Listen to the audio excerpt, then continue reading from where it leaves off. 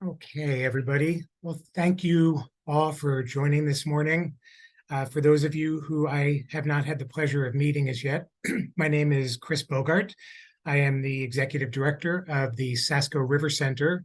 Um, just by way of a little bit of introduction to our parent discussion series, Sasko River Center has been putting on a parent discussion series for the last several years. Every year, we pick a general topic or kind of an organizing framework by which the different presentations tap into. And this year, we chose the topic of the three C's: connection, curiosity, and compassion, with the backstory being that we live in a world that has probably never been more interconnected, meaning through social media, through uh, more traditional media forms.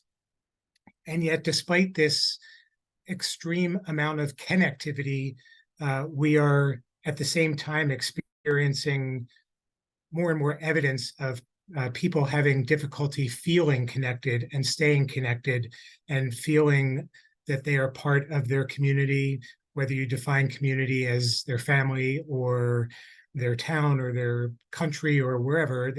We're noticing more and more signs of challenges in that.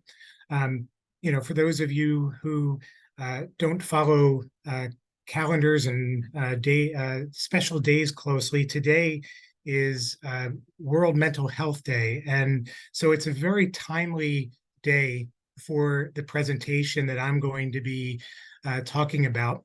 The general topic today is belonging and identity development. And this is, in many ways, the underlying foundation for all of the different presentations that we'll be giving as part of our parent discussion series this year. We'll be giving presentations on how to build connection with your children through co-regulation. We'll be looking at some of the signs of children potentially having difficulty feeling like they belong or feeling comfortable in their identity, in discussions of things like eating disorders, body image disorders, anxiety issues. And then we'll also be talking about ways that families can really engender connectivity through building executive functions and things like that. But today, we're going to go on a little bit of a ride into what I think is an incredibly important topic.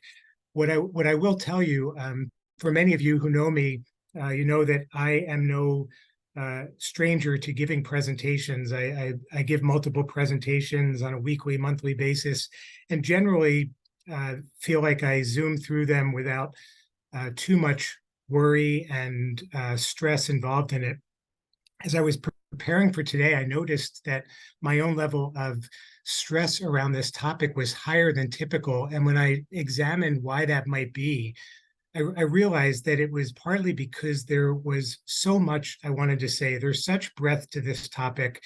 We could spend the next 6 months discussing the research on belonging, how that ties into children's identity development, how that ties into long-term success and happiness in people's lives as they go forward. And so trying to take all of that information and cull it down into a much more succinct place was definitely something that felt challenging. And then what I also realized is that this brought me right back to periods of my own life where feeling a sense of belonging, feeling safe in my identity and how my identity was accepted within the community, there were definitely moments in my life where that was a challenging period. I go right back to middle school, where I think probably if anybody is being honest, they can say that there were many moments during their middle school years that were not their most comfortable years in terms of feeling a sense of belonging, in terms of knowing who they were. And that definitely is true for me. As I was going through my middle school years, I experienced huge amounts of anxiety, to the point that I would go into school and do everything that I possibly could to try to blend into the wallpaper and hide and never let the teacher call on me, always sitting behind somebody who was bigger than me so that the teacher wouldn't see me. And when I was called on, I would experience such panic. I can remember one time being called up to the board to do a math problem. And even though I was actually a math whiz and was really quite adept at it, going up there in front of my peers and doing this math problem felt like they were putting me out on the battlefield. I was so panicked. I flushed, my face flushed, and I actually ended up like leaving the classroom saying that I was about to get sick, which was really true in one way. It wasn't necessarily in the way that the teacher might have thought, but it was I just needed to get out of there. And that panic was mainly because as I look back on it, obviously I wasn't thinking it this way when I was in middle school, but that panic was totally connected to feeling uncomfortable in who I was, and would I be, if people knew who I was, quote unquote, would they accept me? And I'll talk a little bit more about that later in the presentation. But as I prepared for today, I realized that it brought up a lot of these feelings of insecurity that dotted different parts of my own life. And so as we go through this, I invite you to be also thinking about how this plays into your own views of yourself and identity development, and what you're seeing with your children as well. Because it's something that the more you understand about the centrality of belonging and creating a true feeling in your children of belonging, the more that plays into their ability to develop their own secure identity. So that's what we're going to talk about today. If I can get this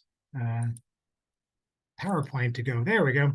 So obviously, the issue of belonging is so central when you look at all of our primary literature. If you look at the canon that is taught to our children, if you look at movies that we watch, if you look at songs that we listen to, this issue of belonging pervades every avenue of art, every avenue that we endeavor into to try to understand ourselves. So I just picked 6 titles that probably everybody on this call has read a good chunk of those, because you couldn't get through elementary into middle school into high school without reading these. But if you think about the central theme of every single one of these books, and I could have added 20 more, the central theme was people struggling to feel a sense of belonging. And that challenge in feeling that sense of belonging, how that impacted their identity, how that impacted their sense of security, and very often led to a lot of social and emotional challenges that they dealt with in a variety of different ways. And so Dr. Dan Siegel, who is probably one of the most prolific writers in the world currently around the issue of belonging and identity development, a fantastic psychiatrist that I really encourage you to seek out his writings. He speaks to the idea of connection and belonging are essential for both individual and collective well-being. That says it all. It really boils down to the idea that connection to other human beings, belonging to your community, that is absolutely essential if you are going to develop a sense of well-being. So that is the underlying theme of everything we're going to talk about today. So I'm going to start off talking a little bit about the biological underpinnings. We're going to talk a little bit about how we are wired as human beings to connect. We'll then talk a little bit about what the research is saying about how to create secure identity development in children, and how connection and belonging are central to that identity. We'll talk about what happens if that identity development is disrupted and what the impact is on emotional health. We'll discuss implications for our educational system. We'll talk specifically about ways you as parents can foster your child's identity formation. And then we'll save some time at the end for some questions and answers. If there are questions that you have as we go through this, please don't feel like you have to wait till the end. Please type it into the chat. One of my colleagues, Carrie Potoff, is helping me this morning. So if there are different things that you have questions about, please type it into the chat. I'm happy to take that as we go through, and we'll also save a little bit of time at the end for anybody as well that wants to talk about it. So if you only got 15 minutes this morning, this is the only slide that you need to remember, okay? So these are the guiding principles for this discussion today, and it really encapsulates everything that you need to remember going forward from this presentation. The drive for connection and belonging is biologically based in human beings. This is something that every human being is wired to connect to other human beings. It is central to your survival. So we're going to talk a little bit about the biology behind connection.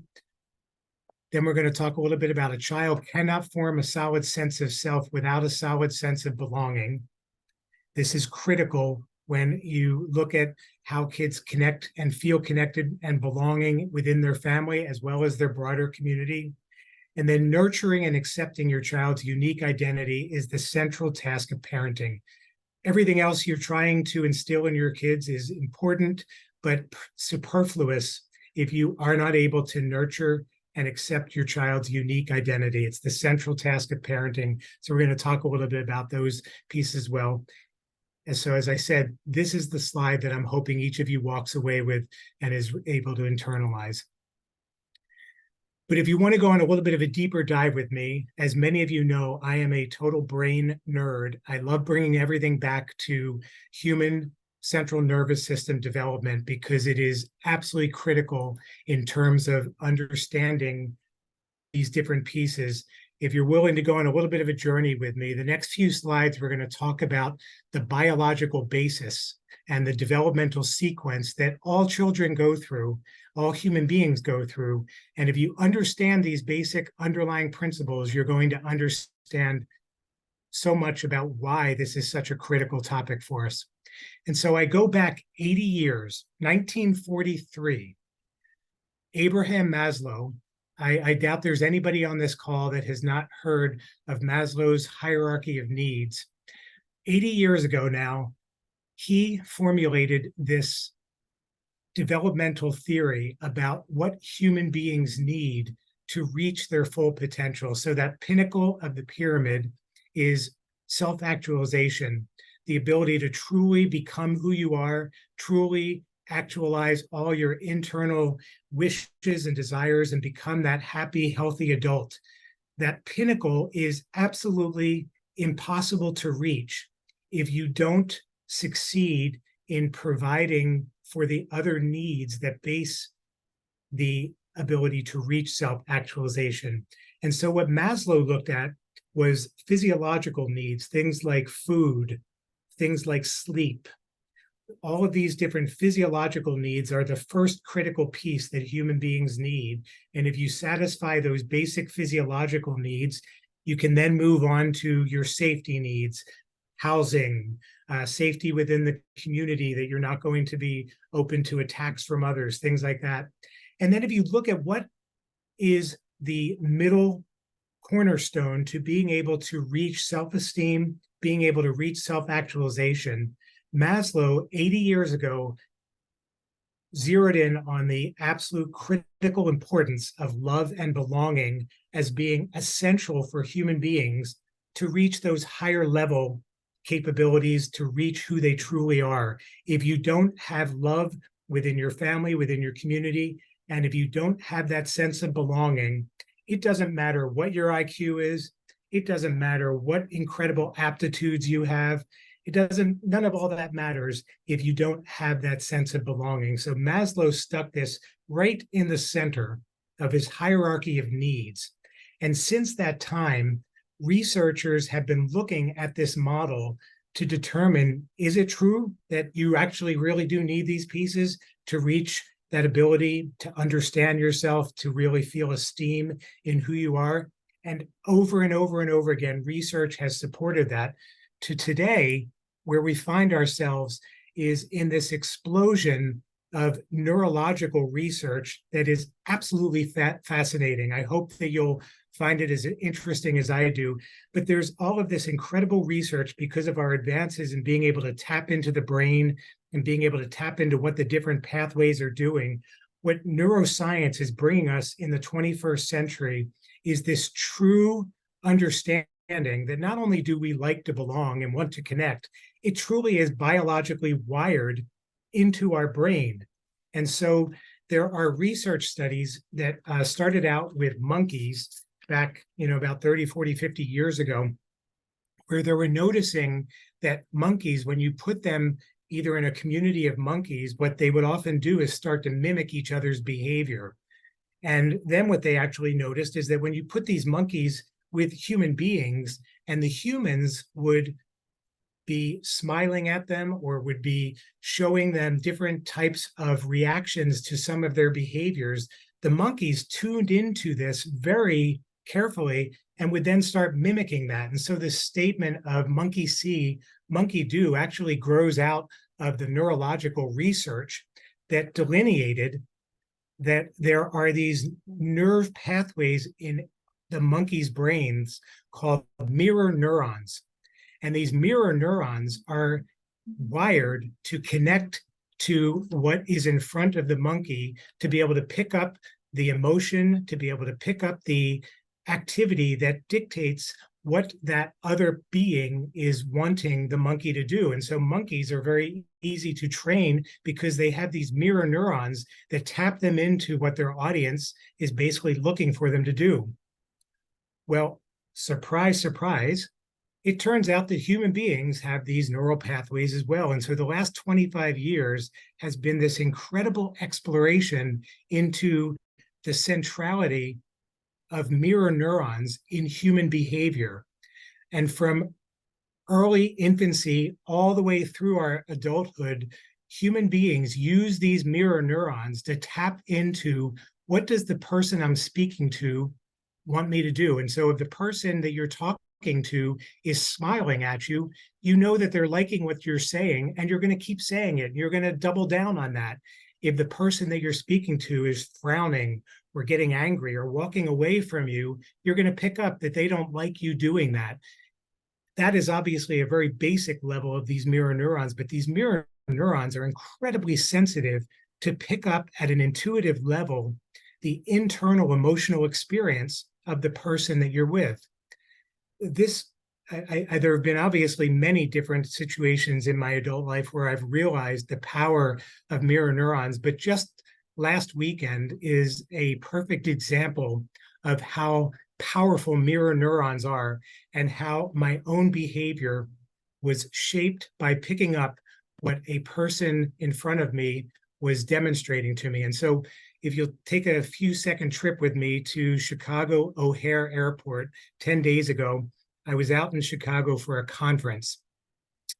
And the conference was an amazing conference, but it was really busy. We were in sessions for 10 hours a day. It got to Sunday evening and I had to get to the airport. I got to the airport at 6 o'clock. My flight was supposed to leave at 7 o'clock so that I could get back to New York by about 9:30 and get into a Uber and get home. And then I started the next morning at 8 a.m. Got to the airport and up on the screen, it says my flight's been delayed a half hour. Okay, everybody has to deal with that, no problem. And then it's delayed an hour. Then it looks like it's delayed 2 hours. And then it looks like it's being canceled. And I had really important stuff in my own personal world that I had to get back to. I went up to the ticket agent and I was fit to be tied. And I was more self-important than I really should have been and was going in there saying, I can't do this. I need to get back to New York. You need to put me on another flight. And I'm getting more and more frustrated and getting more and more loud in what I'm saying. And the ticket agent was like, yes, yes, Mr. Bogart, I totally understand. This is so frustrating. Yeah, this exactly happened to me just a few weeks ago, and I couldn't get back. And I'm like, no, you're not understanding. I need to get back. There's no choice, or I have to get back. And I'm going there. And this person, every time I raised my voice, this person lowered their voice, and they looked at me in the eye, and they smiled, and they talked in a soft tone. And I found myself unable to keep being angry at this person. There was no way I could continue being angry at this person because they were mirroring this compassion and this softness. And they talked me down off the ledge. And they talked me down to the idea of the world probably wasn't going to end if I didn't get back to New York the next day or that night. And by the end of it, I was feeling really bad for what I brought to the ticket agent. and was apologizing for my behavior. And then the person said, well, let me see what I can do. They played around there and they found me a flight into LaGuardia, and I got back to New York with no problem. It got there a lot later than I was expecting, but I survived. So it was a very present, immediate example of how human beings are wired to connect. We are wired to use our mirror neurons, and we can't ignore those mirror neurons. They will match what you're going through. And so I'm sure you've seen this with your children. If your child's having a temper tantrum and you get louder and much more dysregulated, your child gets louder and more dysregulated. If you start slowing down and talk in a more regulated and easy way, and you really stay there, your child can't help but start to come down. It may not happen immediately, but you start to see the power of this human drive to belong because of the desire to connect. And the mirror neurons you can't turn them off. And so flash forward to 2020, and we've got some incredible research coming out of UCLA. Dr. Matthew Lieberman is this incredible neuroscientist who's been doing this incredible research. And what he's been able to delineate, what he's been able to specify, is that there are actual specific parts of the human brain that when you start to feel disconnected from your surroundings, whether it's you're in a group and you're feeling ignored by the group, or if you're in a situation where you don't feel like other people are understanding who you are or what you're saying, what that triggers off is the actual pain centers in your brain. Literally, the pain centers in your brain start to fire and start to heat up. And so what he's been able to determine is that both through the pain centers of the brain in response to a feeling of disconnection or lack of belonging, as well as the pleasure centers of the brain, the endorphins that get released when you feel connection, when you feel somebody really understands who you are, he's been able to show how these pathways are actually the primary pathways in the brain, even before the pathways for I need to make sure that I am safe in my environment. I need to make sure that I'm getting fed. I need to make sure that I have a place to sleep. He's been able to kind of rearrange Maslow's hierarchy so that this need to connect, this need to belong, is actually the foundation of that pyramid, that is the most primary wiring in the human brain. And that when you don't feel connection, it actually triggers off feelings of discomfort, leading to pain, leading to feelings of loneliness, leading to feelings of sadness, and unmanaged can start creating much more significant emotional issues. He's been able to delineate how just feeling like you're being ignored or not connecting to the people around you trigger off actual pain centers in the brain, and the opposite happens when you feel that sense of connection. It's really pretty exciting research that's coming out.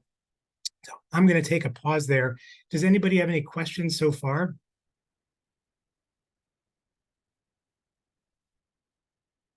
Okay. I hope I'm not boring you with too much of my brain nerd stuff, but I just think it's important that you understand the biological basis for this need to belong.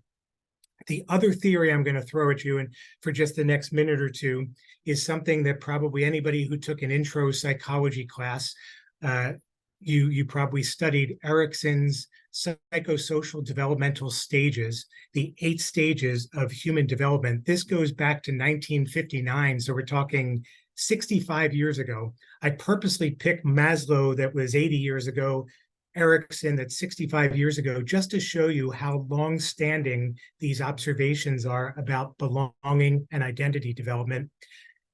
What Erikson did is he tied a lot of this need to belong into the very predictable stages that human beings go through in their lifetime to form their sense of self through their connection to others. And so I'm not going to give you a really long delineation of this, but he came up with 8 stages that have now been shown across all cultures to be consistent stages that children go through as they go into middle school, high school, adulthood, late adulthood, we all go through these stages, and we have specific conflicts connected to each stage that dictates what the child's primary purpose is, or what the young adult's primary purpose is. And if you do not successfully resolve this conflict, you basically get psychological energy stuck back at that stage. So you continually, through the rest of your life, keep cycling back, trying to resolve that conflict. So going into infancy, the very first stage, from birth up to about 18 months of age, what the child is trying to resolve is, can I trust my environment? Can I trust my parent that when I cry, my parent is going to come soothe me? If I really start crying, are they going to come feed me? If I start moving around and I move into something that might be a little bit dangerous, are they going to come and protect me? So in that infant stage, the very first thing a child is trying to resolve is this feeling of, can I trust the caretakers in my environment to take care of me and to allow me to be able to move through the world effectively? And if I can't, this sows the seed for mistrust in relationships going forward in life. Flash forward 18 months to 36 months in early childhood, children are now getting up, they're running around, and they're trying to get a sense of, if I start to assert myself as an individual, am I allowed to be an individual, or do I have to constantly accommodate to what the parents or siblings are telling me I need to be? So what the child is trying to figure out is, can I develop some sense of autonomy and be okay in my autonomy and be accepted for my individuality? And if not, do I develop a sense of shame every time I try to become autonomous? So think about those first two stages.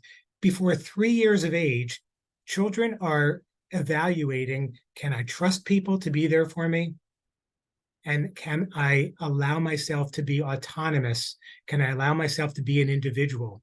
So even before they're developing really strong language and all of these different skills, they're already getting a sense of how much they can be themselves in the world. And then you move into the preschool years, what Erickson termed the initiative versus guilt stage. It's also sometimes called the play stage, but it is all about being able to understand in a social group, if I am the leader and I am putting my own initiative into things, are people going to follow me? If I follow others, am I going to enjoy that? Am I going to be able to be a social being? And if I can't feel successful within that social feeling, I start to feel feelings of guilt or feeling like others don't understand me. Then we go into the fourth stage, school age, industry versus inferiority. That's all about, if I work hard at something, if I try to become a great reader or a great hockey player or a great dancer or whatever you want to fill in that blank, if I work hard at it, am I going to be respected for that? And is that hard work going to give me a sense of competence, a sense of feeling good about my individual skills?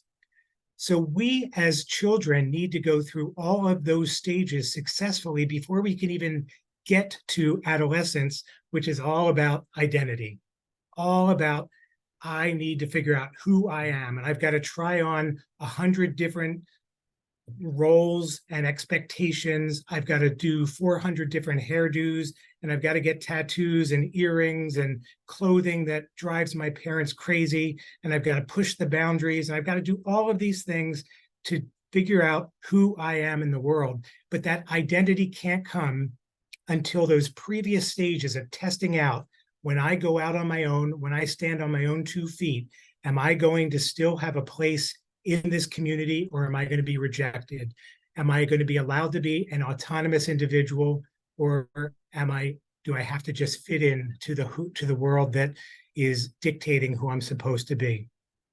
So Erickson he's really one of my kind of gurus. I go back to his stages because so much of human difficulty, strife, challenge can be directly connected to where people very often had challenges in resolving some of their early stages. And so flash forward into 2010 to 2023, where we're going to spend the rest of the presentation. We're going to talk about what does all of this foundation mean in terms of what we know now about identity development and how it fits into belonging. And so I want to connect you to a person who's done a huge amount of research in the area of truly what is belonging and how does that play into a person developing a sense of identity. Brene Brown, she's a social scientist who's done a huge amount of writing. At the end of the presentation, you'll see some recommended readings. Brene will be there. She's got many more than I put onto the resources I'm going to share with you. But so much of what she has researched for the last 15, 20 years comes down to this incredible discovery that she was able to delineate through her social science research, that belonging is not about fitting in to your peer group, to your family. Belonging is about deciding and understanding who you are and showing that to the world. And the world needs to work its way around you. It has to be able to accept who you are as an individual for you to develop that sense of foundation that allows you to develop your sense of security. It is not about fitting in. And in fact, Brene Brown says, and I truly have come to believe this, fitting in is the exact opposite of belonging. And I just want you to let that sink in for a second. Then I'm going to explain what I mean by that. Fitting in is the opposite of belonging. You need to feel like you can be yourself. You can go out into the world and you are still going to be accepted no matter what identity you throw at the world. Now, it has to be within the realm of being compassionate to your fellow human beings. It can't be stomping upon everybody else's needs and roles and all that sort of stuff. But if you, as a child, can feel that you are still going to be accepted and have value within your family, within your classroom, within your community, even if you are not a mirror image of what that family or group is telling you that you need to be, that is what is true belonging. Belonging is all about allowing yourself to be courageous, to be an individual within your community. And that is the key to developing a sense of identity. So it's different from fitting in. True belonging is the opposite of fitting in. It comes with the need to be vulnerable. You cannot belong and develop that sense of identity without being vulnerable. You have to step out on the ledge and say, all right, I'm going to take a deep breath, and I hope you still accept me after you know who I really am. It comes with an absolute need to tolerate difference in yourself and tolerate difference in other people. And you must have courage in the face of the fear that comes up when you are stepping out there and taking a deep breath and throwing caution to the wind and saying, I hope still people will accept me once they know who I am. So it is all about courage, tolerance for difference, the willingness to be vulnerable, and it's the opposite of fitting in. You don't want to become a mirror of what everybody else tells you need to be. It truly is about becoming different and comfortable in your difference. And so I love this little cartoon of the giraffes parading around, and you see Delby there in the middle, trying to be different again. And hopefully his little group is allowing him to be different there. So any questions there first before we move into some next pieces of where we're going to talk about what this all means in terms of everybody's day-to-day journey and how you can best support your kids? Any questions?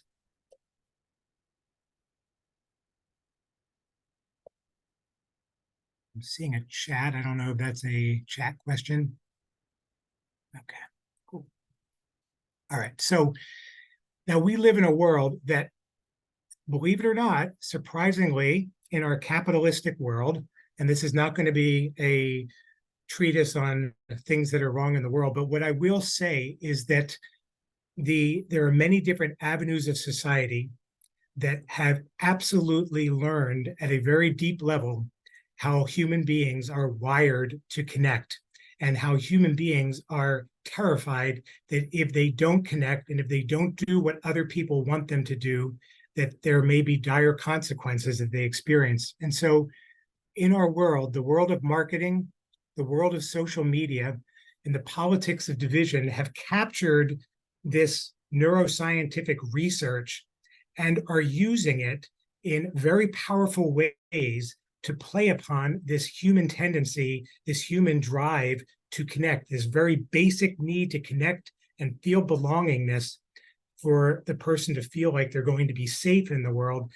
So much of our marketing is developed in a way that says, this is the ideal. This is who you need to be. And if you can capture who this marketing ideal is, this is how you're going to be happy. The social media companies have learned unbelievably well the algorithm by which to drive people to continue to be throwing out there in the world all of these different social media posts and seeing how many likes you get. And based on how many likes you get, you're going to keep doing it. You're going to do more and more and more and more of that. And they have learned that in the adolescent stage of needing to form your identity based upon what you see your peer group and your larger community responding to, that is what's going to drive your sense of, oh, okay, this is what I'm supposed to be. This is how I'm supposed to form myself. And so these algorithms are based upon the neuroscientific research that the human brain cannot turn off that desire to do what the world is telling it should be doing. And the politics of division, this is not about Republicans, Democrats, anything like that. Truly, I'm not going down that path at all.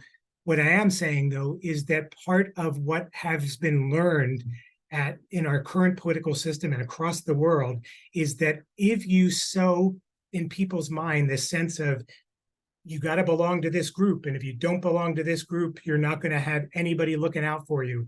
And if you if you tap into that feeling that human beings have of lack of connection, and if you offer them this panacea of, okay, if you do this and you believe this and you believe this and you believe this, you can be part of this group. And if you're part of this group, you're going to benefit from all of the wonderful things that are going to become part of this. These three areas of our world have learned this neuroscientific research to a T. And it's why we now are experiencing this exponential increase in human beings feeling a loss of connection and increased depression, challenges in self-confidence, and explosion in social anxiety. So one of the presentations we're doing a little bit later this year is all about anxiety and what we're seeing and how that relates to connection. One of our other presentations is going to be about body image disorders and how so much of this ties into identity formation and difficulties people are having in feeling that sense of belonging. Relational aggression. I do a lot of consulting to various schools, and so much of it is about how to help our children as they're developing, learn how to tolerate difference and be able to resolve their problems and difficulties without it turning into relational aggression or bullying or exclusion and things like that. And challenges in setting and achieving goals. These are all current social and emotional ills, I would say, in our society that have experienced explosions in terms of incidents, and it can be directly connected to our children and adolescents having difficulty in embracing who they are as individuals because of their fear of whether they will have a community of acceptance to be able to allow them to develop their sense of personal identity and a sense of security in their uniqueness that they bring to the community. And with the idea that that uniqueness is going to be embraced because it makes the community stronger. When we go down this path of you must fit in and you must be this one cookie cutter, it leads to all of these areas of emotional difficulty. So what do we do about it? The rest of this is all going to be positive. So if I've depressed anybody on this call, the rest of this is all going to be about what we have learned in a positive way to allow kids to develop effectively. And the first area I want to talk a little bit about is education, our educational system. Pretty much every school at this stage in educational development has embraced, in one way or another, the idea of diversity, equity, and inclusion needing to be part of their curriculum, needing to be part of what they're exposing kids to.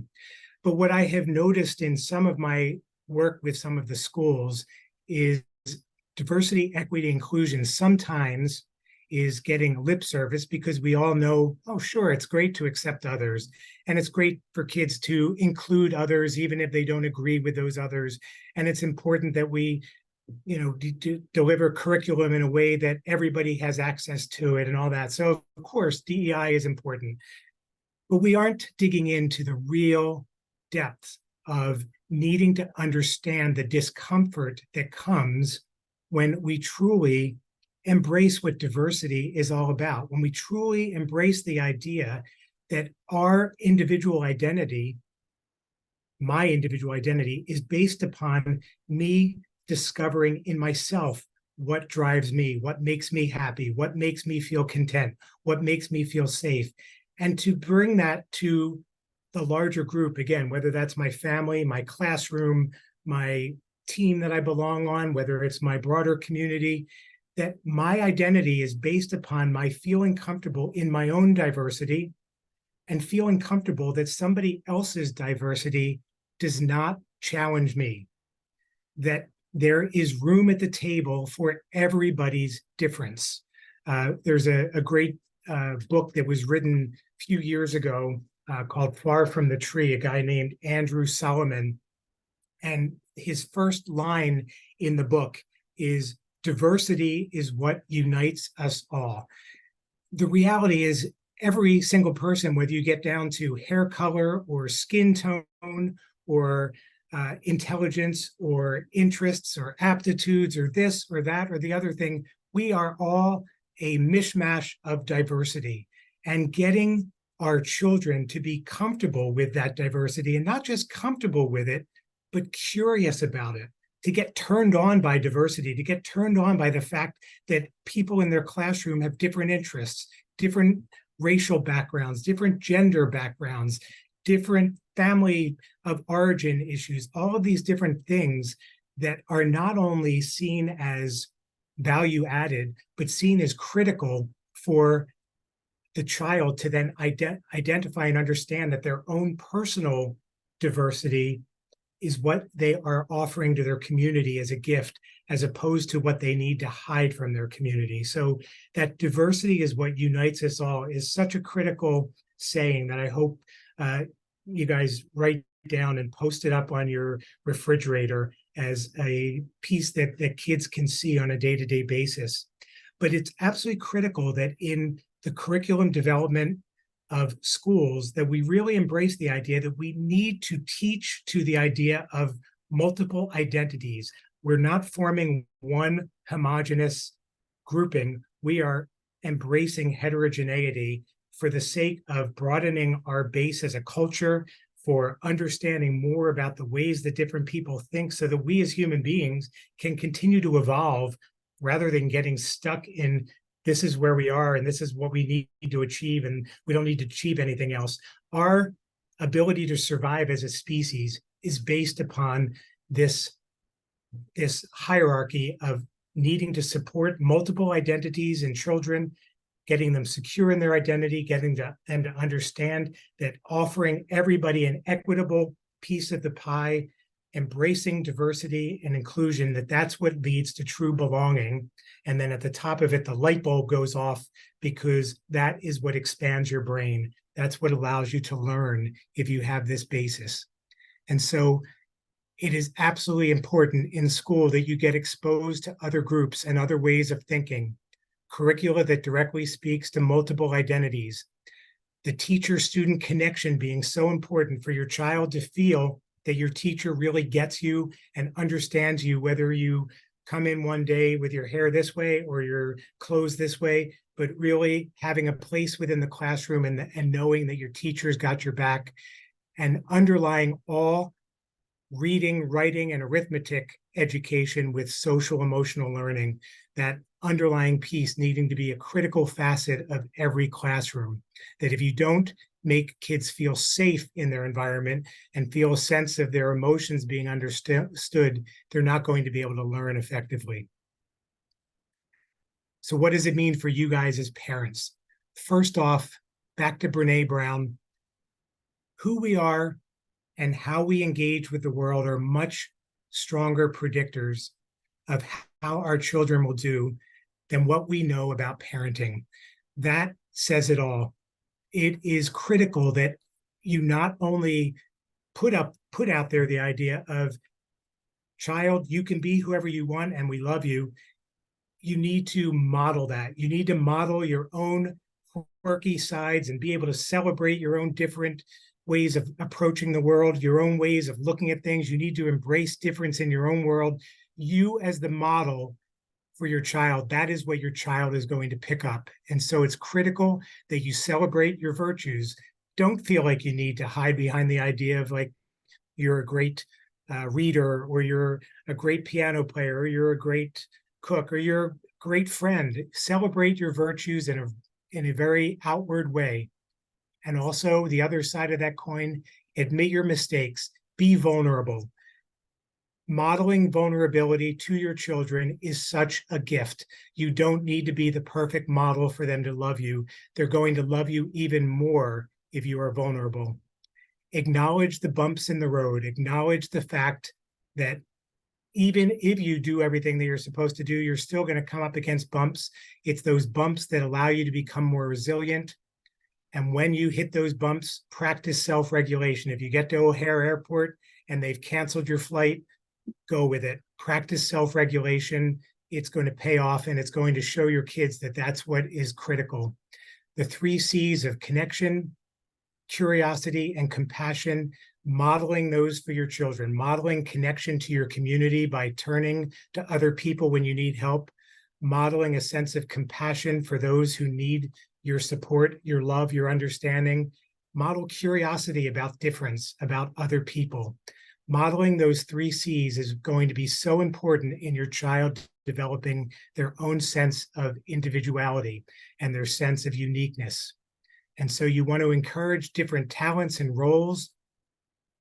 You want to connect with your children. So if your child's doing things you don't want them to do, they're not going to hear the screaming at them about what they're not doing as much as if you lead off with connecting with them. I understand why you felt this way. I understand what probably led you to yell at your brother. I understand why you might have been upset.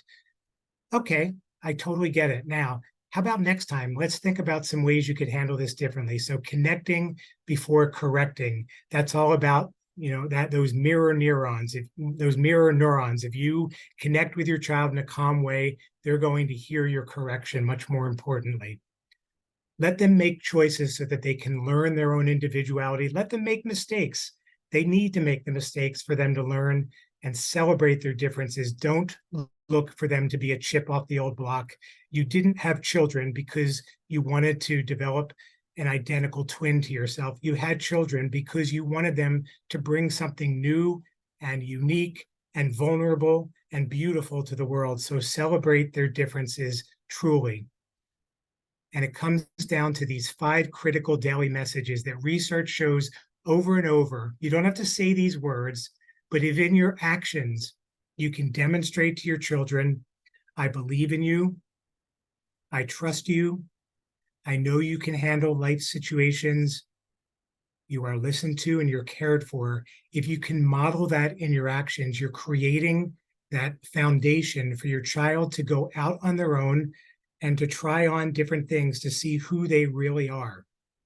And so if you go back to the beginning, when I started talking, I talked about my middle school years being pretty challenging, difficult years, and my panic about being up in front of my peers, and my worries about, oh my God, if I do anything wrong, I'm going to be so embarrassed, and my friends are not going to like me, and my teacher's not going to like me. What I discovered as I've gone through my life is that a lot of this had to do with so much of my own fear that if I embraced who I truly was, I was not going to be lovable. And so for some of you on this call, you know this about me. For others on this call, I hope this is not too much information, but I really want to end on this because I really think it really embodies for me why this was so critical. What I learned I was dealing with as I was growing up was the fact that I was understanding my own sexuality. And in my early pre-adolescent and adolescent years, inside my own brain, I realized that I was different from everybody else around me because I was gay. And I didn't know what it was back then, but I knew that there was something that was different about me. And it was not at all what my Catholic school education was embracing. It was not at all what TV was embracing, because in TV, they were just making jokes about gay people. And in books that I was reading, the gay person was always the sad, horrible, person that everybody didn't want to be around. And in my friends, all they really were looking at were, gay people were these pariahs that couldn't play sports and couldn't bring much to the table. And that's what I was dealing with growing up, until I embraced the idea of this is who I was, and it's what I brought to my family. And my family was so accepting of it, whether they could understand it or not understand it. And I bring up my father as probably being the best example. My dad was, in many ways, a very flawed human being. He brought to the world a lot of challenges, and he brought a lot of love as well. But one of the things was he wasn't always the most flexible thinker. But I remember when he found out I was gay, because I finally told him, and I remember him saying to me, I don't understand it. I don't get it. I don't understand why you wouldn't be attracted to women. Women are beautiful, and I don't get it. But if that's who you are, okay, that's fine. You're still going to have to do the dishes when it's your turn to do the dishes, And so it was that idea of, he still believed in me. He trusted me. He knew I could handle it. And at the base of it was, I was cared for. And that allowed me to go out into the world and develop my own sense of individual identity, develop that sense of resilience. And so the concluding thoughts are, belonging is the most basic of human instincts. It's actually the base of Maslow's hierarchy. Difference is not only okay, but is absolutely inevitable. We have to embrace it. Your child's identity grows out of an understanding and an acceptance of diversity, not fitting in. It's about accepting and understanding diversity. And it's compassion for yourself, compassion for others is an outgrowth of that identity. It's what helps us as society to come together and hopefully better ourselves. And so hopefully you took away from this some of those basic concluding thoughts. All of this presentation is going to be sent to each of you that signed up. And there are these great books that I drew from for today, various kind of folks that are really my mentors, so to speak, the people I really turn to understand more about myself and understand more about the kids I'm working with. I've mentioned Brene Brown many times. Dan Siegel's fantastic. Matthew Lieberman, I mentioned the neuroscientist. A couple other pieces in terms of resilience building. These are great books. There are hundreds of other books, to be really honest with you, but I think these are some great starting points for you. So I wanted to stop there. It's 11 o'clock. I know some of you need to sign off. All of this is going to be sent to everybody in your inbox that signed up today. But does anybody have any questions? I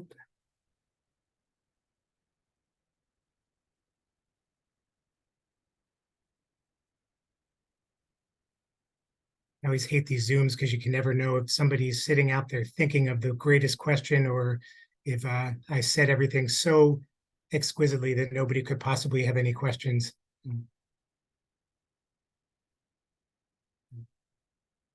Well, here's what I'm going to toss out there. If anybody does have questions, feel free to please reach out to me. My email address is very easy. It's my first initial, C.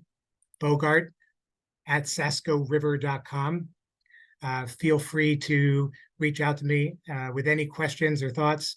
And I will also make sure that this is in your inbox so you can go back to this. You can check into some of the further reading so you can delve into some of these things more deeply. Thank you, everybody, for joining this morning. Oops. And I hope everybody walks away with a little bit of understanding of this. Thanks. Have a great day.